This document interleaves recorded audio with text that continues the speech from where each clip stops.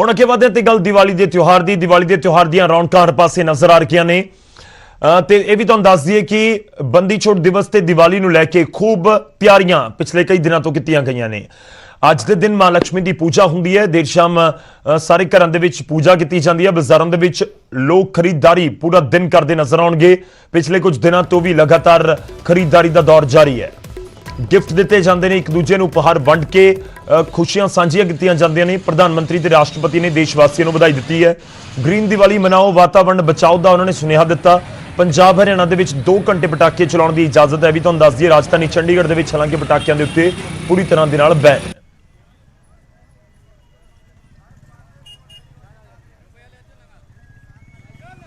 प्रधानमंत्री ने ट्वीट करके सारे देशवासियों को मुबारकबाद दी है। भी तुहानूं दिखाने कि प्रधानमंत्री ने की कुछ लिखा है। उन्होंने कहा कि सारे देशवासियों को दिवाली दी मुबारकां। यह त्यौहार चंगे भविख ते खुशियां भरिया होवे, हर कोई खुशहाल ते तंदुरुस्त होवे।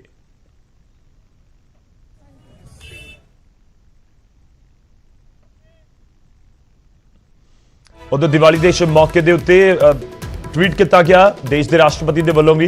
उन्होंने लिखा कि दिवाली के शुभ दिहाड़े मौके मैं सारे देशवासियों ते विदेशों के वसदे सारे भारतीयों को तहे दिलों वधाइयां ते शुभकामनावां दिंदा हां।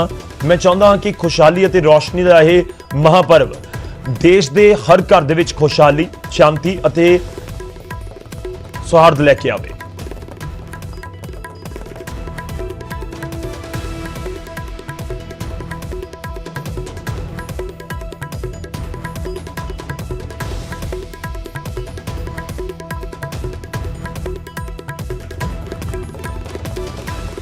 तो दिल्ली के मुख्यमंत्री के वलों भी ट्वीट किया गया, उन्होंने वलों भी बधाई दी गई है। अगे बढ़ते हैं अमृतसर का रुख करते हैं। श्री दरबार साहब विखे दिवाली मौके बंदी छोड़ दिवस मनाया जा रहा है। पूरे दरबार साहब दे विच दीपमाला की गई, सजाया गया ते खास तस्वीरां अज रात नूं भी नजर आउणगियां।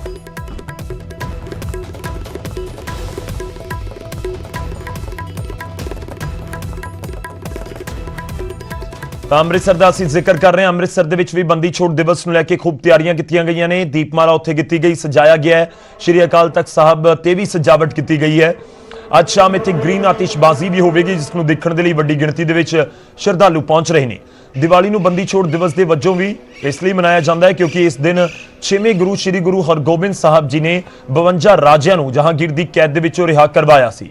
इसलिए इस दिन नूं बंदी छोड़ दिवस दे तौर दे उत्ते मनाया जाता है।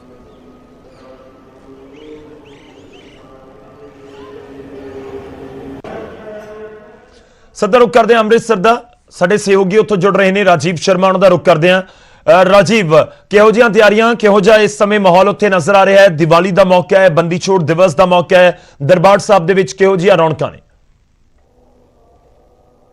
जी हाँ गौरव, हर साल जो संगत है भावें वो देश के विचों होवे या विदेश तो संगत जिहड़ी है तां हर किसी नूं तांग रहिंदी है कि वो दिवाली ते बंदी छोड़ दिवस मौके हरमंदर साहब नतमस्तक होवे। तां कोरोना दे चलदिआं भावें विदेशों तो संगत घट पहुँच रही है, पर अज जिहड़ी सवेर तो ही संगत की आमद हरमंदर साहब विखे तुसीं देख सकते हो कि लगातार जारी है। संगत वड्डी गिणती दे विच सवेर तो ही हरमंदर साहब जो है पहुंचना शुरू हो गई सी। इस वेले तुसीं देख सकते हो तस्वीर हरमंदर साहब दी असीं दिखाउण दी कोशिश कर रहे हैं कि पूरी परिक्रमा दे विच तुसीं देखो कि संगत जो है वो बड़े ही निमरता दे नाल जो है वो भावें स्नान करन तो बाद हरमंदर साहब जदों सचखंड श्री हरमंदर साहब विखे नतमस्तक होने के लिए पहुँचती है तो लाइनां दे विच भावें उन्हां नूं काफ़ी समा इंतजार करना पैंदा, पर अज दे दिहाड़े ते हर कोई गुरु घर दे विच नतमस्तक हो के अपने आप नूं खुशकिस्मत महसूस कर रहा। तो ये जिहड़ी तस्वीर तुसीं देख रहे हो मुख जिहड़ा प्रवेश द्वार है हरमंदर साहब का, उत्थों संगत जिहड़ी है वो हरमंदर साहब के अंदर दाखिल होने तो बाद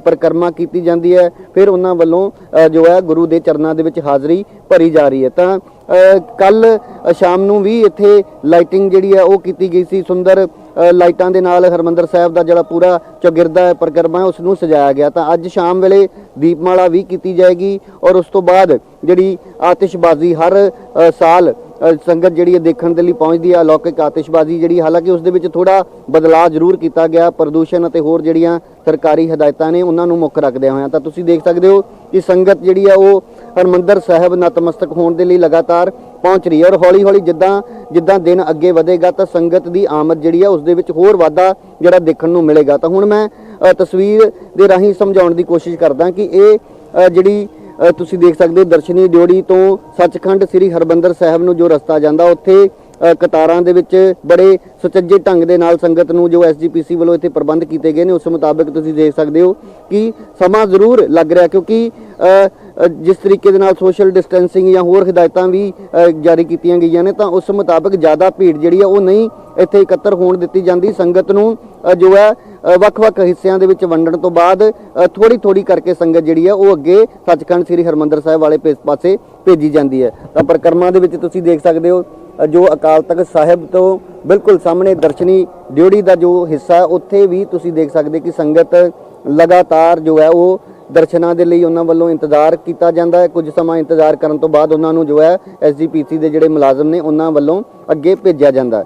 ਤਾਂ ਜੇਕਰ ਮੈਂ ਗੁਰੂ ਰਾਮਦਾਸ ਜੀ ਦਾ ਜੋ ਪ੍ਰਕਾਸ਼ ਦਿਹਾੜਾ ਕੁਝ ਦਿਨ ਪਹਿਲਾਂ ਜਦੋਂ ਲੰਘਿਆ ਤਾਂ ਉਸ ਵੇਲੇ ਵੀ ਸ਼ਾਮ ਨੂੰ ਬਹੁਤ ਵੱਡੀ ਗਿਣਤੀ ਦੇ ਵਿੱਚ ਸੰਗਤ ਇੱਥੇ ਪਹੁੰਚੀ ਸੀ। ਹਾਲਾਂਕਿ ਟ੍ਰੇਨਾਂ ਜਿਹੜੀਆਂ ਨੇ ਉਹ ਨਹੀਂ ਚੱਲ ਰਹੀਆਂ ਤਾਂ ਉਸ ਦੇ ਚੱਲਦਿਆਂ ਬਹੁਤ ਸਾਰੀ ਸੰਗਤ ਐਸੀ ਹੈ ਜਿਹੜੀ ਕਿ ਪੰਜਾਬ ਤੋਂ ਬਾਹਰਲੇ ਸੂਬਿਆਂ ਤੋਂ ਇੱਥੇ ਆਉਣਾ ਚਾਹੁੰਦੀ ਸੀ, ਉਹ ਨਹੀਂ ਪਹੁੰਚ ਸਕੀ। ਪਰ ਫਿਰ ਵੀ ਜਿਹਦੇ ਕੋਲ ਆਪਣੇ ਸਾਧਨ ਨੇ ਜਾਂ ਬੱਸਾਂ ਦੇ ਰਾਹੀਂ ਜਾਂ ਫਿਰ ਵੱਖ-ਵੱਖ ਪਿੰਡਾਂ ਚੋਂ ਸ਼ਹਿਰਾਂ ਚੋਂ ਜਿਹੜੇ ਜੱਥੇ ਆਉਂਦੇ ਨੇ ਉਹ ਇੱਥੇ ਪਹੁੰਚ ਰਹੇ ਨੇ ਲਗਾਤਾਰ, ਔਰ ਦੇਰ ਸ਼ਾਮ ਤੱਕ ਜੋ ਹੈ ਅਸੀਂ ਕਹਿ ਸਕਦੇ ਕਿ ਸੰਗਤ ਜਿਹੜੀ ਆ ਉਹ ਵੱਡੀ ਗਿਣਤੀ ਦੇ ਵਿੱਚ ਹਰਮੰਦਰ ਸਾਹਿਬ ਵਿਖੇ ਨਤਮਸਤਕ ਹੋਣ ਦੇ ਲਈ ਪਹੁੰਚੇਗੀ। ਤਾਂ ਬੰਦੀ ਛੋੜ ਦਿਵਸ ਦਾ ਇੱਕ ਆਪਣਾ ਇਤਿਹਾਸ ਹੈ ਸਿੱਖ ਧਰਮ ਦੇ ਵਿੱਚ, ਜਿਸ ਦੇ ਚੱਲਦਿਆਂ ਇਸ ਦਿਹਾੜੇ ਨੂੰ ਬੜੀ ਸ਼ਰਧਾ ਦੇ ਨਾਲ ਮਨਾਇਆ ਜਾਂਦਾ। ਤਾਂ ਇਸ ਵੇਲੇ ਤੁਸੀਂ ਦੇਖੋ ਕਿ ਇਹ ਜਿਹੜੀਆਂ ਖਾਸ ਤਸਵੀਰਾਂ ਅਸੀਂ ਇਸ ਲਈ ਦਿਖਾਉਣ ਦੀ ਕੋਸ਼ਿਸ਼ ਕਰ ਰਹੇ ਹਾਂ ਕਿਉਂਕਿ ਹਰ ਸਾਲ ਸੰਗਤ ਜਿਹੜੀ ਆ ਦੇਸ਼ਾਂ ਵਿਦੇਸ਼ਾਂ ਤੋਂ ਪਹੁੰਚਦੀ ਸੀ, ਪਰ ਇਸ ਵਾਰ ਥੋੜੀ ਸਥਿਤੀ ਜਿਹੜੀ ਆ ਉਹ ਵੱਖਰੀ ਹੋਣ ਕਰਕੇ ਜਿਹੜੀ ਸੰਗਤ ਇੱਥੇ ਨਹੀਂ ਪਹੁੰਚ ਸਕੀ ਤਾਂ ਅਸੀਂ ਇਹ ਕੋਸ਼ਿਸ਼ ਕਰ ਰਹੇ ਹਾਂ ਕਿ ਉਹਨਾਂ ਨੂੰ ਘਰ ਬੈਠਿਆਂ ਹਰਮੰਦਰ ਸਾਹਿਬ ਦੇ ਦਰਸ਼ਨ ਕਰਵਾਏ ਜਾਣ, ਕਿਉਂਕਿ ਹਰ ਕੋਈ ਇੱਥੇ ਆ ਕੇ ਗੁਰੂ ਦੇ ਚਰਨਾਂ ਦੇ ਵਿੱਚ ਨਤਮਸਤਕ ਹੋਣਾ ਚਾਹੁੰਦਾ ਹੈ, ਹਾਜ਼ਰੀ ਭਰਨਾ ਚਾਹੁੰਦਾ ਹੈ।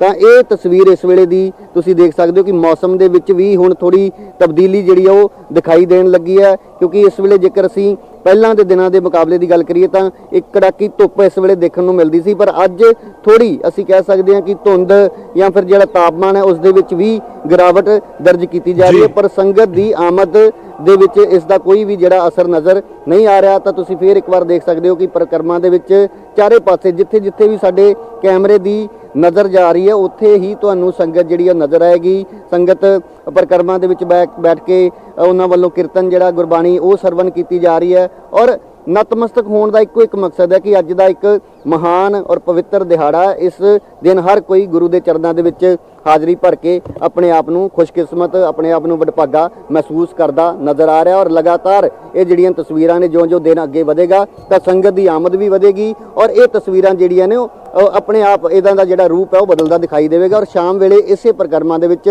ਸੁੰਦਰ ਦੀਪਮਾਲਾ ਜਿਹੜੀ ਉਹ ਕੀਤੀ ਜਾਏਗੀ, ਔਰ ਉਸ ਤੋਂ ਬਾਅਦ ਸੰਗਤ ਆਤਿਸ਼ਬਾਜ਼ੀ ਦਾ ਜਿੱਥੇ ਆਨੰਦ ਲਏਗੀ ਉੱਥੇ ਹੀ ਵੱਖ-ਵੱਖ ਗੁਰਦੁਆਰਾ ਸਾਹਿਬਾਨਾਂ ਦੇ ਵਿੱਚ ਜਿਹੜੇ ਧਾਰਮਿਕ ਦੀਵਾਨ ਨੇ ਜਾਂ ਹੋਰ ਧਾਰਮਿਕ ਸਮਾਗਮ ਨੇ ਉਹਨਾਂ ਦੇ ਵਿੱਚ ਵੀ ਸੰਗਤ ਜਿਹੜੀ ਹੈ ਉਹ ਸ਼ਿਰਕਤ ਕਰੇਗੀ। ਜੀ ਗੌਰਵ।